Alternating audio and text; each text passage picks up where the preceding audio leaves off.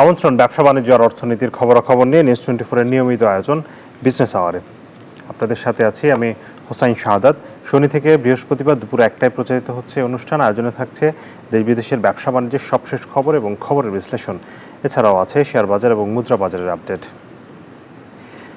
যুক্তরাষ্ট্র গিয়ে 2 দফা বৈঠক করেও শুল্ক কমানোর বিষয়ে কোনো সুসংবাদ দিতে পারেননি বাণিজ্য উপদেষ্টা। তাই আগামী সপ্তাহে আবারও যুক্তরাষ্ট্র যাবেন তিনি। সোমবার ব্যবসায়ীদের সাথে বৈঠক শেষে উপদেষ্টা বলেন, যুক্তরাষ্ট্রের সাথে নন ডিসক্লোজার এগ্রিমেন্ট বা প্রকাশযোগ্য চুক্তি করেছে বাংলাদেশ, তাই যুক্তরাষ্ট্র কি চাইছে এই বিষয়ে কিছুই জানাননি তিনি। গত এপ্রিলে বাংলাদেশি পণ্যের উপর 37% অতিরিক্ত শুল্ক আরোপের পর তা 3 মাসের জন্য স্থগিত করেন মার্কিন প্রেসিডেন্ট ডোনাল্ড ট্রাম্প। এতে আশার আলো দেখা গেলেও তা নিরাশায় পরিণত হয়েছে মাত্র 2% কমিয়ে 35% নির্ধারণ করায়। এরই মধ্যে ভিয়েতনাম সহ কয়েকটি দেশ শুল্ক কমিয়ে আনতে পারলেও 2 দফা বৈঠকে এ বিষয়ে কোনো সফলতা পায়নি বাংলাদেশ। যুক্তরাষ্ট্রের সাথে দ্বিতীয় দফা বৈঠক শেষে সোমবার দেশে ফিরেই ব্যবসায়ীদের সাথে বৈঠকে বসেন বাণিজ্য উপদেষ্টা। আলোচনা শেষে সাংবাদিকদের বলেন, যুক্তরাষ্ট্র বাংলাদেশি পণ্যের উপর যৌক্তিক শুল্ক আরোপ করবে এমন আশা করছে সরকার, যদিও এ বিষয়ে সুনির্দিষ্ট কোনো অগ্রগতির খবর দিতে পারেননি তিনি।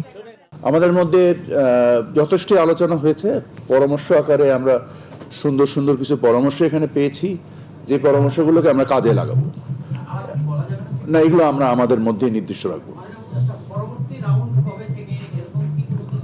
আমরা সময়ের জন্য ওনাদেরকে জানাবো এবং সময়ে আমরা সামনের সপ্তাহের মাঝামাঝি নাগাদ সময়ে আশা করি পেয়ে যাব। মার্কিন সরকারের সাথে কি আলোচনা হয়েছে কিংবা কি শর্তে সংকট সমাধান হবে সে বিষয়েও কিছুই জানানো হয়নি সংবাদ সম্মেলনে। তবে বাণিজ্য সচিবের আশা 1 আগস্টের আগেই বিষয়টি ইতিবাচক নিষ্পত্তি হবে। সরকারের পদক্ষেপে সন্তোষ প্রকাশ করেন ব্যবসায়ীরা।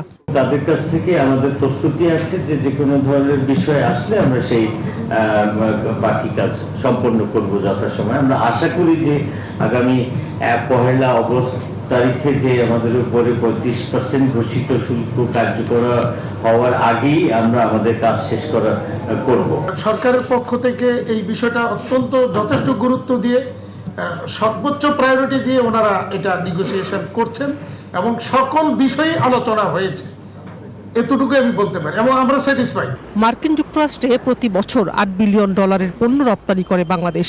বিপরীতে দেশটি থেকে আমদানির পরিমাণ $2 বিলিয়নের কিছু বেশি। দুদেশের মধ্যে বাণিজ্য ঘাটতি কমাতে এবারের বাজেটে যুক্তরাষ্ট্রের 610টি পণ্যের উপর শুল্ক ছাড় দেয় সরকার। এরই মধ্যে 110টির আমদানি শুল্ক প্রত্যাহার করা হয়। শানাজি ইয়াসমিন, নিউজ 24, ঢাকা। দর্শক, যুক্তরাষ্ট্রের সাথে বৈঠকে কোনো ধরনের খবর আমরা না পেলেও আমরা এখন পর্যন্ত যতটুকু জানতে পারছি যে যেই নন ডিসক্লোজার এগ্রিমেন্টের কথা বলছেন বাণিজ্য উপদেষ্টা, সেটিতে বেশ কিছু শর্ত আছে যেগুলো বেশ কঠিন বাংলাদেশের জন্য পূরণ করা। সেই শর্তগুলো কি আমরা আসলে সেভাবে জানতে পারিনি, কিন্তু এই কঠিন শর্ত বাংলাদেশ কতটা পূরণ করতে পারবে এবং তৃতীয় দফা বৈঠকে সেই শর্তগুলো নিয়ে বাংলাদেশ আসলে কোন ধরনের প্রস্তাব দেবে সেটি দেখার বিষয়। কিন্তু এরই মধ্যে আসলে শুল্কের কারণে বাংলাদেশের তৈরি পোশাক খাতে নেতিবাচক প্রভাব পড়তে শুরু করেছে, অর্ডার বাতিল হতে শুরু করেছে এবং নানান ধরনের জটিলতা অভ্যন্তরীণ এবং বৈশ্বিকভাবে হচ্ছে। আমরা এ বিষয় নিয়ে কথা বলবো। ব্যবসায়ী নেতা আছেন আমাদের সাথে আছেন একজন বিশিষ্ট অর্থনীতিবিদ, পলিসি রিসার্চ ইনস্টিটিউটের চেয়ারম্যান ডক্টর জাইদি সাত্তার, এবং আমাদের সাথে আছেন বিকেএম-এর সহ-সভাপতি ফজলে শামীম এহসান। দুজনকেই স্বাগত জানাচ্ছি বিজনেস আওয়ারে। আমি শুরুতেই জাহিদ স্যার, আপনার কাছে যাওয়ার আগে আমি একটু বাস্তব চিত্রটা একটু জানতে চাইবো জনাব ফজলে শামীম এহসান আপনার কাছে। এই মুহূর্তে আমরা কি আলোচনা হচ্ছে যুক্তরাষ্ট্রের সাথে সেটি নিয়ে আলোচনা করবো। আমি একটু প্রভাবটা নিয়ে প্রথমে জানতে চাই যে এখন পর্যন্ত যুক্তরাষ্ট্রের শুল্ক আরোপের কারণে আমরা জানি 1 আগস্ট থেকে কার্যকর হবে, কিন্তু এরই মধ্যে আসলে কি সমস্যার মধ্যে আপনারা পড়ছেন রপ্তানিকারকরা? ধন্যবাদ। আসলে যে সমস্যাটা আমরা ফেস করতেছি সেটা আসলে এপ্রিলের পরের থেকেই বায়াররা আমাদের কাছে সেই আগের পরিমাণ অর্ডার প্লেস করছে না, বিকজ তারা আসলে সন্দিহান যে কোন দেশে কি পরিমাণ ট্যারিফ হবে সেটা যেহেতু তারা জানে না, ফলে তাদের কম্পিটিটিভনেস টিকে রাখার জন্য তারা আসলে অর্ডার প্লেসমেন্টই একটু কমিয়ে দিয়েছে। এটা শুধুমাত্র বাংলাদেশে তা না, আপনি যদি গ্লোবাল ইম্পোর্টও দেখেন দেখবেন যে ওভারঅল গ্লোবাল ইম্পোর্ট আদার দেন ভিয়েতনাম অন্য দেশের গ্লোবাল ইম্পোর্ট ইউএস মার্কেটে কমিয়েছে তারা। এবং যেহেতু নাকি 10% রেসিপ্রোকাল ট্যাক্সটা অলরেডি ইমপ্লিমেন্টেড হয়ে গেছে ফ্রম দ্য এপ্রিল, ফলে এই রিটেল প্রাইসও কিছু কিছু ক্ষেত্রে বাড়াইতে হয়েছে ইয়াদেরকে, বায়ারদেরকে, মানে যারা রিটেল সেলস করে। ফলে ওইখানকার সেলসও কমে গিয়েছে। ফলে সেলস কমে যাওয়ার কারণে আমাদের উপরে চাহিদাটাও কমে গিয়েছে। ফলে এটা আসলে বর্তমানে যেটা আমরা ফেস করছি ছিল অর্ডার কোয়ান্টিটি কম, বায়াররা আমাদেরকে অর্ডার প্লেস করছেন না, তারা ক্যান্সেল করছেন, এটা না ক্যান্সেল করেন নাই, কিন্তু তারা হোল্ড রাখছেন, যে তারা দেখতে চাচ্ছেন যে এটা ফাইনাল গিয়ে কোথায় হয়। তারা ভাবছিলেন জুলাইয়ের মধ্যে হয়ে যাবে, এখন অগস্টের 1 তারিখ। তো তারা আসলে এই সময়টা দেখতে যাচ্ছেন যে কোন দেশের উপরে কি হয়। আমরা যেটা ফেস করতেছি, আমাদের এখানে order flow, US order flow কমে গিয়েছে এবং আমেরিকার অর্ডার ফ্লো কমে যাওয়ার কারণে যেটা হয়েছে, মার্কেটে অর্ডারের কিছুটা ক্রাইসিস দেখা দিয়েছে। ফলে যে অর্ডারগুলো মার্কেটে আছে, বায়াররা সবসময় একটা আনফেয়ার অ্যাডভান্টেজ নেয়, আনডিউ অ্যাডভান্টেজ নেয়, যে তারা প্রাইসটা তখন একটা সুযোগ সুবিধা নিয়ে প্রাইসটা কমাইতে চায়। যে কোনো যৌক্তিক কারণ না থাকলেও তারা যখন জানে যে মার্কেটে কাজ কম, তখন তারা প্রাইসটা কমায়। এটা ইউরোপিয়ান বায়ার, ইউএস বায়ার সবাই। এইটা এখন আমাদের জন্য একটা বড় চ্যালেঞ্জের জায়গা হয়ে গিয়েছে, যে আমরা আসলে আমাদের যে অ্যাটলিস্ট কস্ট প্রাইস, সেটাও আমরা অনেক ক্ষেত্রে পাচ্ছি না, প্লাস অর্ডারটা কিছুটা কম। এই যে আমেরিকার মার্কেটে যদি এই শুল্কটা কার্যকর হয়ে যায়, সেক্ষেত্রে ইউরোপের মার্কেটে আসলে এটার প্রভাবটা কি পড়বে? কারণ আমরা যদিও ইউরোপ আমাদেরকে হয়তো শুল্ক দিচ্ছে না, কিন্তু সেখানে তখন তাদের মার্কেটেও তো নিশ্চয়ই একটা প্রভাব পড়বে, কারণ অন্যান্য দেশও দেখা যাবে তাদের মার্কেটের দিকে বেশি ঝুঁকবে। সেক্ষেত্রে এই মার্কেটটা তো আরও বেশি কম্পিটিটিভ হয়ে যাবে। সেখান থেকে আপনারা আসলে তখন কেমন চ্যালেঞ্জ ফেস করবেন? আপনি একদম ঠিক পয়েন্টে বলছেন যে অন্য দেশ ঝুঁকবে, কিন্তু আমরা তো আসলে অন্য দেশের ঝুঁকার আগে নিজেদের যে প্রতিদ্বন্দ্বিতা, এইটা করেই তো আমাদের আসলে এখানে একটা একটা মানে কি বলবো, যে একটা মানে একটা অস্থির পরিস্থিতি সৃষ্টি হবে আমাদের ইন্টারনাল মার্কেটে। কারণ যখন ইউএস অর্ডার কমে যাবে, তখন হবে কি, আমরা নিজেরা একে অন্যের অর্ডার নিয়ে আসলে আমরা তখন ছোটাছুটি শুরু করব, এবং এর কারণে দেখা যাবে যে আমাদের ওই বায়াররা, তখন আমি যেটা বললাম একটু আগে, যে একটা আনডিউ ফেসিলিটি নিতে চাবে ইউরোপের বায়াররা, তারা প্রাইস আরো কমাই দিবে, এবং প্রাইস কমাই দেওয়ার কারণে ফ্যাক্টরিগুলো তখন আলটিমেটলি গিয়ে একটা সময় আর সার্ভাইভ করতে পারবে না, ব্যাড লোন সৃষ্টি হবে, ওয়ার্কাররা তাদের কর্মসংস্থান হারাবে। তো সবকিছু মিলিয়ে আর কি একটা ভয়াবহ পরিস্থিতির সৃষ্টি হবে, যদি নাকি আমরা ইউএস এর অর্ডার ফ্লোটা কিছুটা ধরে রাখতে না পারি। এটা তো প্রথমত হবে। আপনি যেটা রাইটলি বলেছেন যে ক্যাম্বোডিয়া বা অন্যান্য যে দেশগুলোর উপরে ইউএস এর হাই একটা ট্যারিফ ইম্পোজ হবে, ওই দেশগুলো তখন চেষ্টা করবে যে ইউরোপের থেকে অর্ডার নেওয়া যায় কিনা। তখন আমরা international as well as local একটা আনফেয়ার কম্পিটিশনের মুখোমুখি হব, যেটা যেটা আমাদের জন্য আসলে মানে কোনো মতে সুখকর হবে না। আরও আসবো জনাব শামীম। আমরা জনাব জাহিদ সাত্তার, আপনার কাছ থেকে যেটি জানতে চাইবো, যে সরকার তো আসলে চেষ্টা করছে এই জায়গাটাতে যুক্তরাষ্ট্রকে কনভিন্স করার ক্ষেত্রে, কিন্তু আপনার কাছে কি মনে হচ্ছে যে আসলে সঠিক জায়গায় আসলে বাংলাদেশের প্রস্তাবগুলো সেভাবে দিতে পারছে না? অর্থাৎ যুক্তরাষ্ট্র আসলে যা চাইছে সেই জায়গাটাতে বাংলাদেশ নেগোসিয়েশনের জায়গাটাতে ওখানে যেতে পারছে না। আপনার কাছে এমন কি মনে হয়? কারণ আমরা দেখেছি 2 সপ্তাহ ধরে আলোচনা হয়েছে, কিন্তু এখন পর্যন্ত কোনো ধরনের পজিটিভ কোনো রেজাল্ট নিয়ে আসতে পারেননি। গতকাল বাণিজ্য উপদেষ্টার কাছ থেকেও আমরা কিন্তু কোনো ধরনের ভালো সংবাদ পাইনি, এবং তিনি আশা করছেন যদিও এটির সমাধান হবে, কিন্তু সেই ধরনের কোনো ইঙ্গিত কিন্তু তার কোনো কথায় বা তার বক্তব্যে আমরা পাইনি। আপনার কাছে কি মনে হচ্ছে? হ্যাঁ, ধন্যবাদ। আসলে মানে এপ্রিলের 2 তারিখ থেকে তো এরপরে যে একটা 35% একটা রেট দেওয়া হয়েছে, সেটা আপাতত প্রযোজ্য। তবে মানে নেগোসিয়েশন কিন্তু শেষ হয়নি, এখনো নেগোসিয়েশন চলছে, এবং আশা করা যাচ্ছে যে এই 35% এটা লাস্ট বিষয় না, এটা আরো কমতে পারে যদি একটা বোঝাপড়া হয়। তো এখানে আমি একটু ব্যাকগ্রাউন্ডে চলে যেতে চাচ্ছি। মানে মানে ইউএসটিআর আমাদের কাছ থেকে কি চাচ্ছে, আমাদের আসল মূল সমস্যাটা কি, এটা একটু আমাদের বোঝা দরকার আছে। সেটা হচ্ছে যে আমাদের যে ইউএস বাংলাদেশ যে বাণিজ্য হচ্ছে, এখানে হ্যাঁ আমরা $8.5 বিলিয়ন এক্সপোর্ট করে থাকি, যেগুলো বেশিরভাগ হচ্ছে রেডিমেড গার্মেন্টস এবং জুতারও ভালো বাজার আছে ওখানে। আর ইম্পোর্ট আমরা করি $2.5 বিলিয়ন মতো। এখানে আমরা ইম্পোর্ট করি কিন্তু 2500টা পণ্য আমেরিকা থেকে। আর আমরা ওভারঅল ইম্পোর্ট যেটা করি 4,500 পণ্য। আচ্ছা, 2,500 পণ্য যেটা আমদানি করে আমেরিকা থেকে, সেখানে কিন্তু আসলে কিন্তু 12 থেকে 15টা পণ্য বেশি বেশি ইম্পোর্ট হয় আমেরিকা থেকে, যেগুলোতে জিরো ট্যারিফ বা খুব সামান্য 2%-এর মতো ট্যারিফ আছে, যেমন স্ক্র্যাপ মেটালস।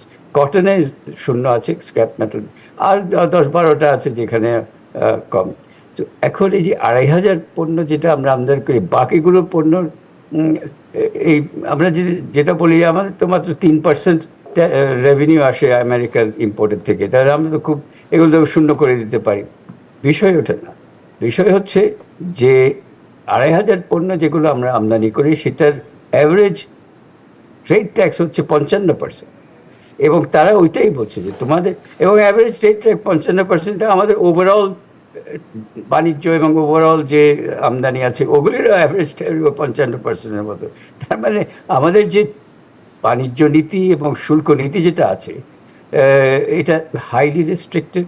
শুল্ক নীতি তো একেবারে মানে খুব প্যাচালো ঘোর, ওরা সেটাও পয়েন্ট আউট করছে যে it's very non transparent and complex. তারপরে তোমাদের আছে আরো নন ট্যারিফ ব্যারিয়ার আছে। সো আমরা আমেরিকা তো হাজার হাজার পণ্য রপ্তানি করতে পারে, কিন্তু বাংলাদেশে কেন এই যে 10-12টা পণ্য রপ্তানি হচ্ছে? তার কারণ তারা বলছে তোমাদের বাণিজ্য নীতিটা এটা অনেক রিস্ট্রিক্টেড, এইটাকে তোমাদের ওপেন করতে হবে। সো এই ওপেননেসের মধ্যে মানে কি, তোমাদের যেখানে আমেরিকার অ্যাভারেজ ট্যারিফ ছিল 3%, যদিও গার্মেন্ট এবং জুতাতে ওদের পিক ট্যারিফ যেগুলো আছে সেগুলোতে থাকে, কিন্তু ওরা বলছে যে আমরা এত ওপেন এবং মার্কেট আমরা তোমাদের জন্য খুলে দিয়েছি, তোমাদের মার্কেট তো এটা খোলা নেই। এইটা হচ্ছে মৌলিক কথা। এটা আমরা 200টা পণ্যতে 0 শুল্ক দিলে এটা সমাধান না। সেই জন্য তারা চাচ্ছে আরো অনেক পণ্যের যেখানে শুল্কটা 0, আমরা 0 দিতে পারি, 0 না দিয়ে বলতে পারি যে ভাই আচ্ছা ঠিক আছে আমরা 0-র কাছাকাছি চলে যাব, 2 বছরে যাব, 5 বছরে যাব, আস্তে আস্তে করে ধীরে ধীরে যেতে পারি। ওরা ওতে আমার মনে হয় না অস্বীকার করবে, কারণ আজকে আমার ডিউটি হচ্ছে তোমার 40%, কালকে আমি 0 করে দিতে পারি না। ওরাও এটা বুঝবে যে এটা একটা স্ট্রাকচারাল সমস্যা আছে। সো এইখানে আমাদের স্কোপ আছে যে ইউএসটিআর যে কথাটা বলছে, এটা আমরা বলে আসছি, বহু বছর ধরে বলে আসছি যে আমাদের বাণিজ্য নীতি, শুল্ক নীতি এগুলো হাইলি রেস্ট্রিক্টেড, এবং বাংলাদেশের অর্থনীতির জন্য এটা একটা ইটস এ ব্যাড মানে ব্যাড পলিসি। বাংলাদেশের অর্থনীতি অনেক ডাইনামিক হতে পারে, অনেক এক্সপোর্ট এবং ইম্পোর্ট, আমরা বারবার শুধু খালি এক্সপোর্টের কথা বলি। Import is part of the requirement of economic performance. আমরা বাংলাদেশে আমরা যদি এক্সপোর্ট ভালো করতে চাই, এক্সপোর্ট পারফরমেন্স যদি ভালো করতে চাই, আমাদেরকে ইম্পোর্ট পারফরমেন্সেও ভালো করতে হবে। Import growth, healthy import growth থাকতে হবে। সো বিশেষ করে যখন আমরা মানে ম্যানুফ্যাকচারিং এবং ইন্ডাস্ট্রিয়াল ডেভেলপমেন্ট যখন চাই, আমাদেরকে মানে ইন্টারমিডিয়েট গুডস আছে, ক্যাপিটাল গুডস আছে, এগুলো আমাদেরকে আমদানি করতে হবে। এই টেকনোলজিক্যাল ইমপ্রুভমেন্ট তো ইম্পোর্টের মাধ্যমে হয়। ইম্পোর্ট যেখানে মানে ইম্পোর্ট টেকনোলজি সবসময় বেটার থাকে ডোমেস্টিক টেকনোলজি থেকে। সো ইম্পোর্টের পারফরমেন্সও আমাদের দরকার। একটু ভালো খবর হচ্ছে যে ইদানিং আমাদের ইম্পোর্ট গ্রোথটা বেশ রেসপেক্টেবল হয়ে যাচ্ছে, 7% গ্রোথ হচ্ছে, উইচ ইজ গুড। বাট অবশ্যই ইম্পোর্ট গ্রোথ আবার 10-15% হলে অসুবিধা আছে, কারণ যেরকম 2022-তে হয়েছিল আমাদের, তখন ব্যালেন্স অফ পেমেন্ট ক্রাইসিস হয়ে যাবে। সো তো মোদ্দা কথা হচ্ছে ইউএসটিআর যেটা চাচ্ছে এখন, তারা চাচ্ছে আমাদের বাণিজ্য নীতিটা অ্যাটলিস্ট, ওরা এখন ডব্লিউটিওর এসব বুঝতে চায়, তারা বলছে আমাদের জন্য তোমরা এই ব্যবস্থাটা করো, আমরা তোমাদেরকেও, তারাও 35% যেটা এখন ট্যারিফ দিয়েছে এটাকে আরো মানে নমনীয় করা, আরো কমানোর স্কোপ রয়েছে, যদি আমরা এই ট্যারিফ পার্টটা একটু ভালোভাবে হ্যান্ডেল করতে পারি। ট্যারিফ এবং এই যে আমাদের ট্রেড পলিসি পার্টটা যদি ভালোভাবে হ্যান্ডেল করতে পারি, তাহলে তাদের একটা আর্গুমেন্ট আছে যে কেন আমরা মানে দিস ইজ আনফেয়ার ট্রেড। আমরা জি, তোমাদেরকে তারা আসলে এই এত আনফেয়ার open- ট্রেডটা নিশ্চয়ই তারা চাচ্ছে এই জায়গাটাতে। আসলে ট্রাম্প সবসময় যেটি চেয়ে থাকেন, আমরা দেখেছি যে আগেরবার যখন ক্ষমতায় Absolutely. এসেছিলেন তখনও আসলে চায়নার সাথে যে ধরনের আনফেয়ার ট্রেডগুলো ছিল সেগুলো নিয়ে তিনি কাজ করেছেন, যে যার ফলশ্রুতিতে আমরা বাণিজ্য যুদ্ধ দেখলাম। স্যার আপনার কাছে আবারও আসবো, আমরা আরেকবার একটু জনাব শামীমের কাছে যেতে চাই। স্যার যেটি বলছিলেন যে আমাদের আসলে অন্যান্য যে শুল্ক আছে, প্রায় অনেকগুলো পণ্য আছে, সবগুলোতে শুল্ক আসলে যৌক্তিকীকরণ করা এবং বিভিন্ন বাণিজ্য যে বাধাগুলো আছে সেগুলোকে দূর করার জায়গাটাতে আপনার কাছে কি মনে হয়, শুধুমাত্র কি এই বাণিজ্য বাধা নাকি আসলে যুক্তরাষ্ট্রের অন্য কোনো ধরনের চাওয়া আছে এইটার ক্ষেত্রে? এবং সেক্ষেত্রে আগামী সপ্তাহে যে আবারও আলোচনা হবে ইউএসটিআর এর সাথে, সেখানে কি আসলে বাংলাদেশ এই জায়গাগুলো পূরণ করতে পারবে? মানে সফলতার সম্ভাবনা কতটুকু দেখেন? না, ধন্যবাদ। আসলে স্যার কিন্তু বহু বছর ধরেই বলে আসছেন এই ব্যাপারটা। এখন আসলে আমাদের এখন টনক নড়েছে। আমরা এখন এই ইউএস এর কারণে আমরা এখন এই বিষয়গুলো কথা বলছি। বাট আমি কিন্তু স্যারের মুখে সারা জীবনই শুনে আসছি যে এই যে আমাদের এখানে হাই ট্যারিফ ব্যারিয়ার দিয়ে লোকাল ইন্ডাস্ট্রিকে প্রোটেক্ট করা, এটা আসলে আলটিমেটলি আমাদের জন্য ভালো হবে না। এবং বিশ্বের কোনো দেশই, if I am not wrong sir আপনি এইভাবেই বলছেন যে এই আমদানি নির্ভরতা কমানোর জন্য কোনোদিন ইন্ডাস্ট্রি করা যায় না যদি নাকি সক্ষমতা বাড়ানো না হয়। আমি স্যারের সাথে সবসময় একমত পোষণ করছি সব জায়গাতেই, যে আমাদের ট্যারিফ গুলো ভেরি কমপ্লেক্স। আপনি যাই ট্যারিফ রাখেন খুব সিম্পলিফাইড ট্যারিফ করেন, এটা যে 80 হয় 100 হয় 200 হোক পার্সেন্টেজ, বাট প্রথমে এটা সিম্পলিফাই করাটা খুব প্রয়োজন ছিল।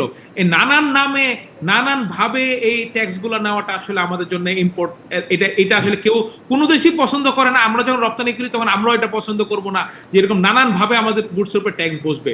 এটা আমি সম্পূর্ণ একমত। এবং আমি আরেকটা জিনিস একটু অ্যাড করি স্যারের সাথে। স্যার রাইটলি বলেছেন যে এত পণ্যে আমরা কত শতাংশ আমরা ট্যাক্স পাই। তো এরকম অনেক পণ্য আছে যেগুলোতে এভারেজ করলে আমাদের 55-60% ট্যাক্স শো করতেছে, বাট বাংলাদেশ কিন্তু সেখান থেকে খুব বেশি পরিমাণে ট্যাক্স গেইন করতেছে না। তো সেগুলো, এবং কোনো সম্ভাবনা না ইন ফিউচারে এখান থেকে ট্যাক্স গেইন করার। তো সেগুলোকে কেন স্যার আমরা আগে একদম মিনিমাম লেভেলে নিয়ে আসি না, যেন আমরা এভারেজটা কম শো করতে পারি। দ্বিতীয়ত, আমাদের অনেকগুলো লোকাল ইন্ডাস্ট্রিজ অলরেডি তাদের বেজ অনেক শক্ত হয়ে গিয়েছে। ট্যাক্স যাই হোক আমাদের উপর এটার কোনো সমস্যা হবে না। সেই ইন্ডাস্ট্রিগুলোর উপর থেকে প্রোটেকশন ট্যাক্স ছিল সেগুলো তুলে নিয়ে কমে ফেলা যেতে পারে। আরেকটা বিষয় স্যার, যে বিষয়গুলা আমাদের আপাতত কোনো সম্ভাবনা নাই ইন্ডাস্ট্রি হওয়ার বাংলাদেশে, এরকম অনেক আইটেমই আছে স্যার, এগুলোর দেয়ার ইজ নো চান্সেস যে নিয়ার ফিউচার আমরা ইন্ডাস্ট্রিগুলো করতে পারবো। মেবি লং টার্মে গিয়ে কি হবে পরের কথা। সেগুলোকে আমরা আপাতত স্যার ট্যাক্স কমায় কনজিউমার এন্ডেও আমরা সুবিধা দিতে পারি, আবার আমরা গ্লোবালি এটা শো করতে পারি। আরেকটা বিষয় স্যার, লাস্ট যেটা বলবো, যে আমাদের অনেক র মেটেরিয়ালসের উপরে ট্যাক্স হাই, এন্ড প্রোডাক্টের উপরে ট্যাক্সটা অত বেশি হাই না। ফলে আমাদের এখানে ইন্ডাস্ট্রিয়ালাইজেশনের জন্য কিন্তু স্যার সেটাকে আমরা আসলে প্রমোট করতেছি না। ফলে র মেটেরিয়ালসের প্রাইসগুলো কিন্তু যদি আমরা কমাই দিই, এরকম ভাবে স্যার যদি আমরা প্রত্যেকটা এইচএস কোড ধরে যদি স্যার আমরা কাজ করি, আমার মনে হয় যে স্যার আমাদের এভারেজ ট্যাক্স 20-25% নামায় আসা সম্ভব। যদিও অ্যাকচুয়াল গেইনে খুব বেশি কমবে না, বাট ইন এভারেজ যেটা সবাই বলে 55-60%, সেখানে স্যার হাত দেওয়া সম্ভব, যেটা আপনি সবসময় বলেন।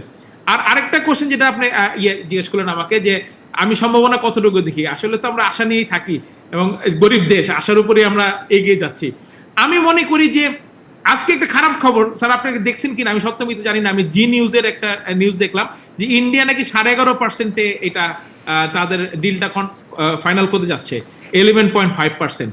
এইটা যদি হয় তাহলে কিন্তু আমাদের আসলে অনেকখানি কমিয়ে আনতে হবে। মানে আমাদের যদি স্যার পণ্যের মধ্যে না আসে এই 15%, যদি ইন্ডিয়া 11.5 হয় তাহলে আমাদের should be around 15, otherwise we will in big trouble. India আমাদের কিন্তু একটা বড় প্রতিদ্বন্দ্বী দেশ হবে, আমরা ভিয়েতনাম কিনে অরিড না। বাট আমি আশাবাদী, তাদের যে দাবিগুলা আমরা সংবাদপত্র মাধ্যমেই যেটা লিক হয়েছে সেখানে দেখলাম যে বাংলাদেশের কাছে যে দাবিগুলো তারা জানিয়েছে, মোর অর লেস মোটামুটি 80% দাবি আসলে রাখা সম্ভব। আর ট্যাক্স যেটা ইন্ডিয়া করেছে 7.5, আর আমেরিকা যদি ইন্ডিয়া গুডস এক্সপোর্ট করে তাহলে হবে 11.5।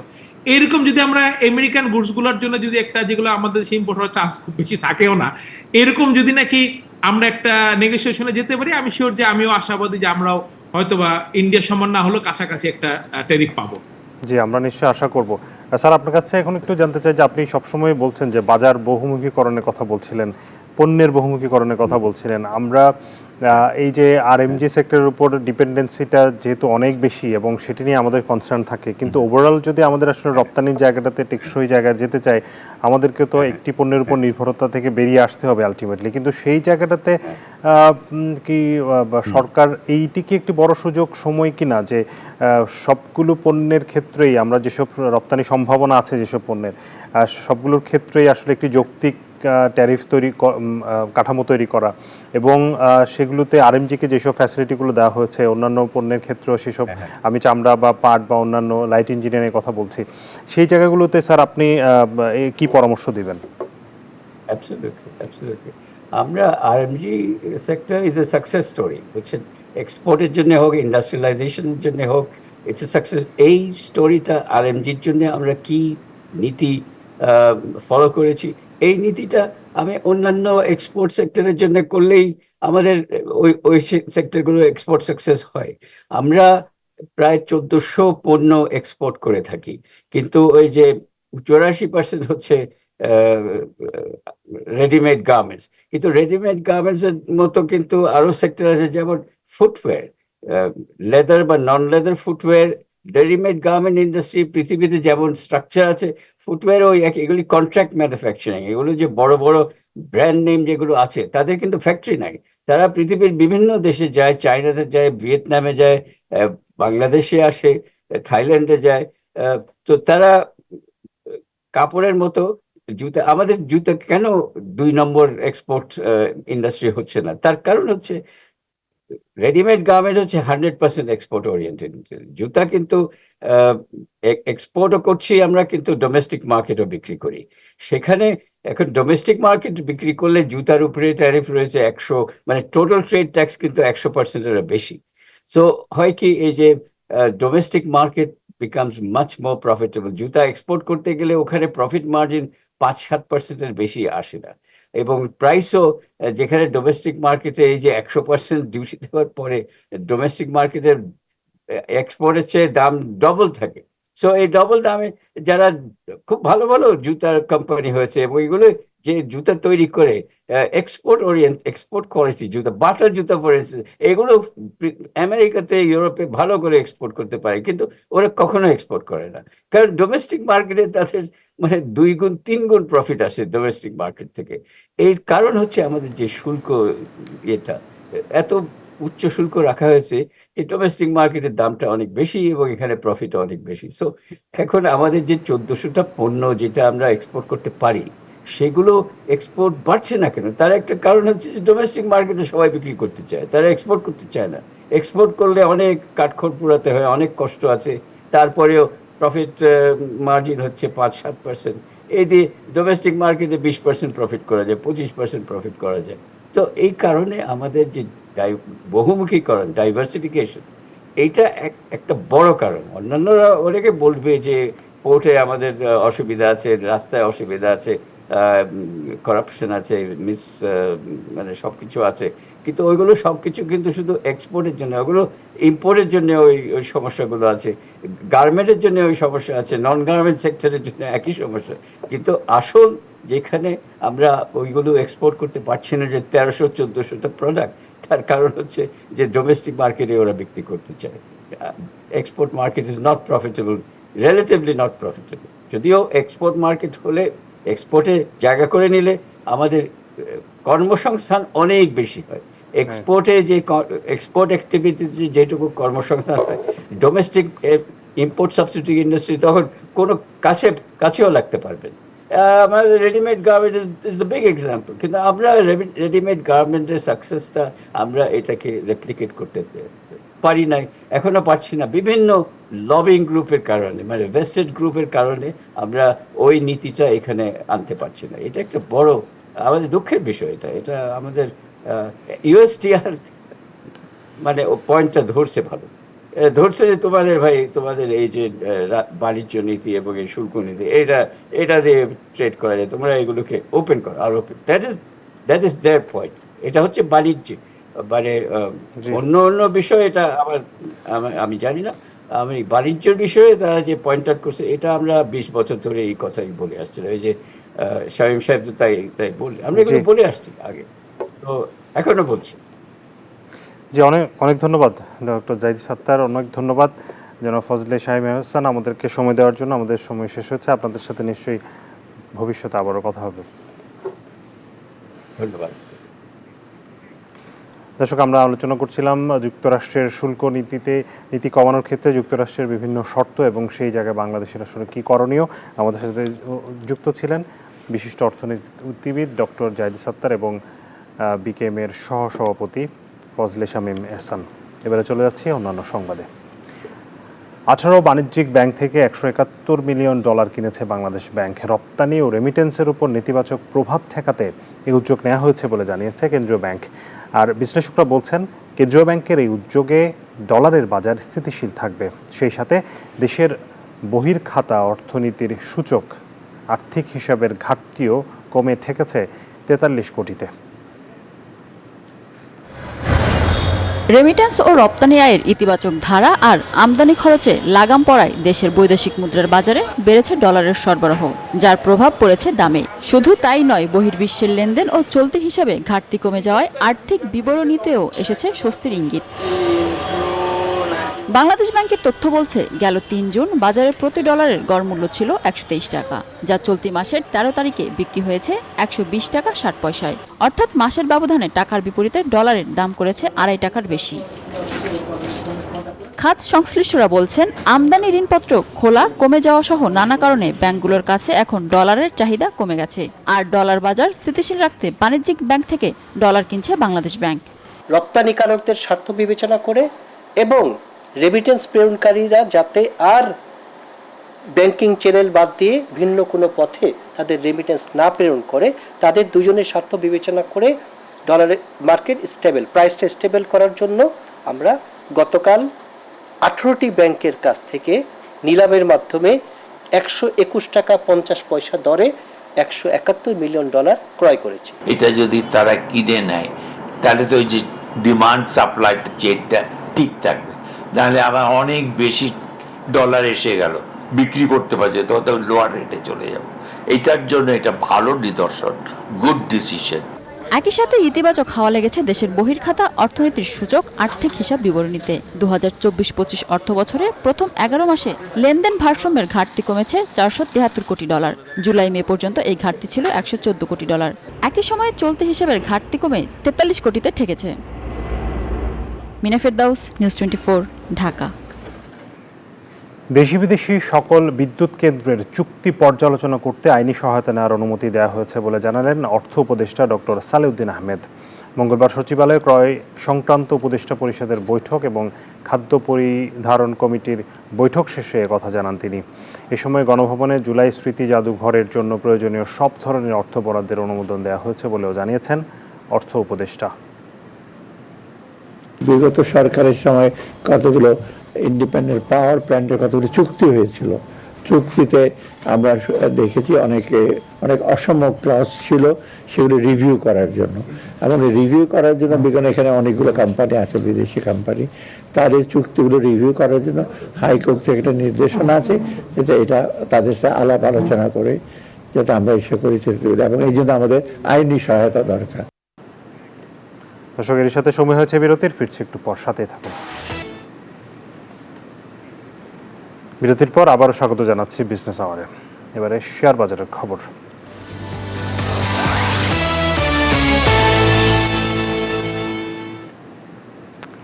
ভালো সময় পার করছে ঢাকার পুঁজিবাজার।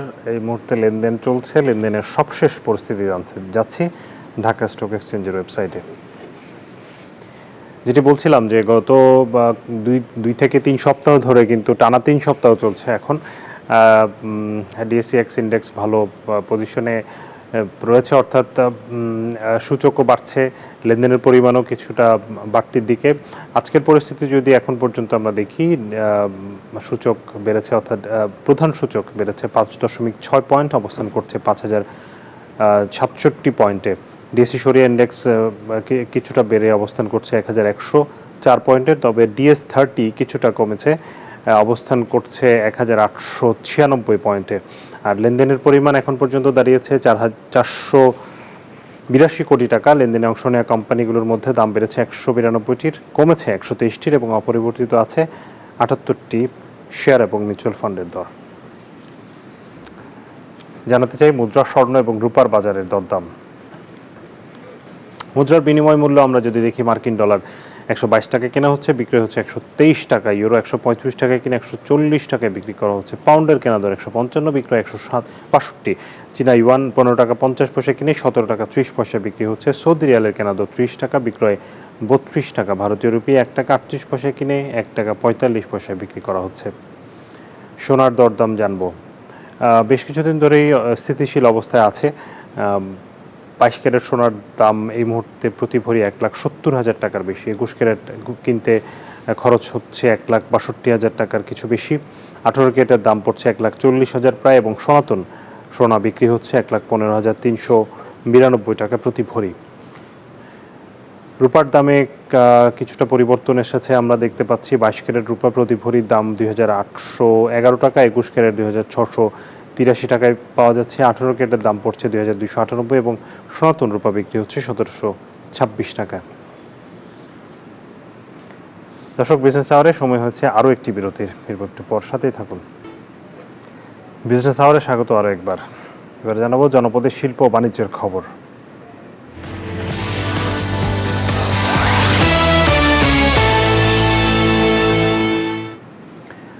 কম খরচে বেশি লাভ হওয়ায় পেঁপে চাষে আগ্রহ বাড়ছে দিনাজপুরের কৃষকের।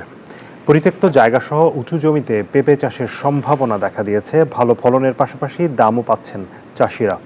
পেঁপে চাষিদের সহযোগিতা সহ কারিগরি সকল পরামর্শ দিচ্ছে স্থানীয় কৃষি বিভাগ। ফখরুল হাসান পলাশের তথ্য, ছবিতে ডেস্ক রিপোর্ট। দিনাজপুর বিরল উপজেলার রবিপুর গ্রামের কৃষক বদরুজ্জামান স্থানীয় কৃষি অফিসের সহযোগিতায় বাড়ির পাশে 20% জমিতে টপ লেডি জাতের পেঁপে গাছ লাগান তিনি। মাত্র 3 মাসে ফলন আসতে শুরু করে। 3 থেকে 4 ফুট উচ্চতার গাছগুলোতে অভূতপূর্ব ফলন পেয়ে আরও 70% জমিতে পেঁপে গাছ লাগান বদরুজ্জামান। পেঁপে চাষে ভাগ্য বদলেছে কৃষক বদরুজ্জামানের। তার বাড়ি থেকেই 20 টাকা কেজি দরে পেঁপে কিনে নিয়ে যাচ্ছেন ব্যবসায়ীরা। পাকেও বিক্রি করা যাবে এবং সবজি হিসাবে, তবে আমি সবজি হিসাবে বিক্রি করতেছি। এটা সবজিটাতে লাভ বেশি আসতেছে। এই জমিটা আমাদের পড়েছিল, শাকসবজি আগে করতাম, তারপরে আমরা আবার পেঁপের গাছ লাগাইছি। শুধু বদরুজ্জামান নয়, স্বল্প খরচে বেশি লাভ হওয়ায় উচ্চ ফলনশীল পেঁপে চাষে আগ্রহী হচ্ছেন অন্য কৃষকও। 45 থেকে 50 দিনের মধ্যে এটা ফুল ধরা শুরু করে এবং 60 থেকে 65 দিনের মধ্যে এটা ফল ধরা শুরু করে। লাগিয়েছে খুব সুন্দর ফল, ছোটতেই ফল আসতেছে। স্থানীয় কৃষি বিভাগ বলছে, প্রকল্পের মাধ্যমে কৃষককে পেঁপে চাষে সার্বিক সহযোগিতা করা হচ্ছে। সম্পূর্ণ নিরাপদ উপায়ে এসব সবজি উৎপাদন হচ্ছে বলে দাবি এই কৃষি কর্মকর্তার। আমরা আধুনিক প্রযুক্তি ব্যবহার করি যাতে তারা ভালো জাতের বীজ এবং তারা বালাইনাশক ব্যবস্থাপনার মাধ্যমে নিরাপদ যাতে ফসল উৎপাদন করতে পারে, কৃষকদের পাশে থেকে সেই পরামর্শগুলো অব্যাহত রয়েছে। দিনাজপুর জেলায় গ্রীষ্মকালীন 7,300 হেক্টর জমিতে পেঁপে সহ বিভিন্ন সবজির চাষাবাদ হচ্ছে। Desk report, news 24। পদ্মা নদীর পানি বাড়তে থাকায় ফসল ক্ষতির আশঙ্কায় দুশ্চিন্তায় দিন পার করছেন চরাঞ্চলের কৃষক। ক্ষতি কমাতে দ্রুত উৎপাদনশীল সবজি চাষের পরামর্শ দিচ্ছে কৃষি বিভাগ। মাহফুজ আহমেদের ক্যামেরায় মতিউর মুর্তুজার তথ্যে ডেস্ক রিপোর্ট। রাজশাহীর হরিপুর পদ্মার চর এলাকার কৃষক আবু বকর সিদ্দিক 20% জমিতে গ্রীষ্মকালীন ফুলকপির চাষ করেছেন। ফুলকপি বাজারজাত করতে এখনো মাসখানেক সময় লাগবে তার। তবে পদ্মা নদীর পানি বাড়তে থাকায় চাষ করা সবজি নিয়ে দুশ্চিন্তায় পড়েছেন এই কৃষক। গতবার করেছিলাম, গতবার মোটামুটি ভালোই হয়েছিল, কিন্তু বন্যাতে এসে ভালো লাভবান হতে পারিনি। এবার আবার চেষ্টা করতেছি, দেখা যাক, যদি বন্যায় ক্ষতিগ্রস্ত না হয় তো আশা করি যে লাভবান হব। শুধু আবু বক্কর নয়, চরাঞ্চলের অন্য কৃষকরাও জানান একই কথা। তারা বলেন, প্রতি বছরই জমিতে পানি ওঠায় নষ্ট হচ্ছে ফসল। বন্যা বাড়ছে, এখন আবাদ বাণী করেছে গরিব মানুষ, এলে খুব চিন্তিত। আমাদের কপি নষ্ট হয়ে গেছে, আমার পেঁয়াজ আর টমেটো, এবারও দুশ্চিন্তায় আমরা আছি। বিভিন্ন রকম ফসল আমাদের ডুবে যাওয়াতে আমরা মেলা ক্ষতিগ্রস্ত। কৃষি বিভাগ জানিয়েছে ক্ষতি কমাতে চরাঞ্চলের কৃষকদের দ্রুত উৎপাদনশীল সবজি চাষের পরামর্শ দেওয়া হচ্ছে। যেগুলো ফসল আগাম হয়, আগাম জাত, জীবনকাল কম, দ্রুত তারা কর্তন করতে পারে, এই ধরনের ফসল উদ্বুদ্ধ করি এবং ফসল চাষ করার জন্য তাদেরকে বিভিন্ন সার্বিক পরামর্শ দিয়ে আসছি। এ বছর রাজশাহী জেলার পদ্মার চরাঞ্চলে 16,135 হেক্টর জমিতে ফসলের চাষ হয়েছে। Desk report, news 24। এবারে বিশ্ব বাণিজ্যের খবর।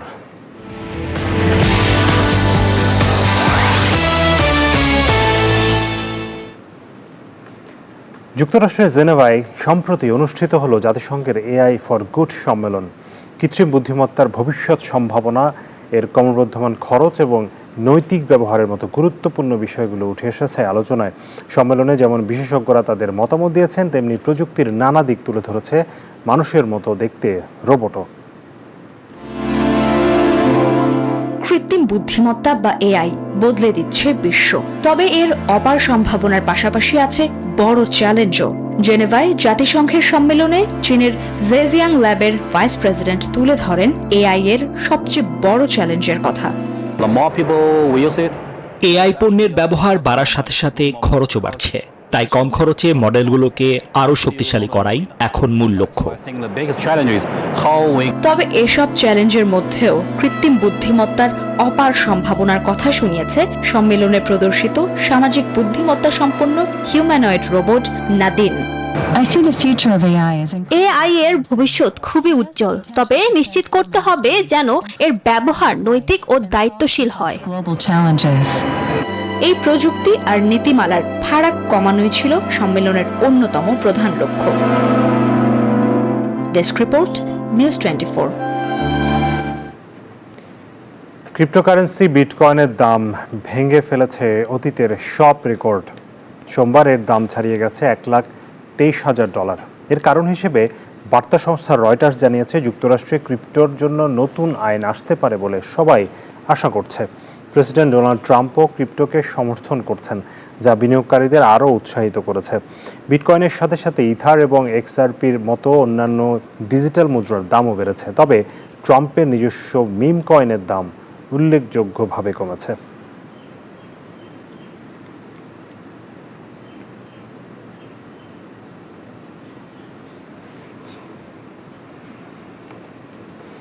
চীনের সাংহাইয়ে বিশ্বের সবচেয়ে বড় লেগোল্যান্ড রিসোর্টে পর্যটকদের উপচে পড়া ভিড়। ৭৫টিরও বেশি রাইড আর চীনের সংস্কৃতির আদলে তৈরি বিশেষ আকর্ষণ উপভোগ করতে ভিড় জমাচ্ছেন হাজারো দর্শনার্থী।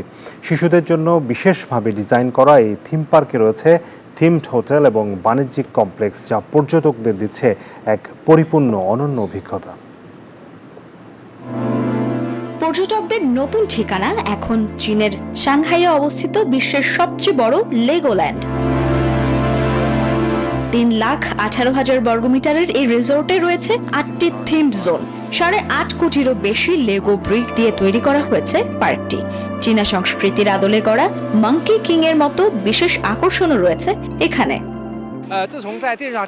প্রথমে আমি ভেবেছিলাম এগুলো শুধু প্রদর্শনী, তারপর দেখলাম লোকজন লেগো ব্রিক দিয়ে সত্যি সত্যি বিভিন্ন জিনিস তৈরি করছে, আর আমিও তাদের সাথে যোগ দিলাম। এটা সত্যিই খুব মজার। রিসোর্টের অন্যতম আকর্ষণ চীনের বিখ্যাত স্থাপনার লেগো সংস্করণ।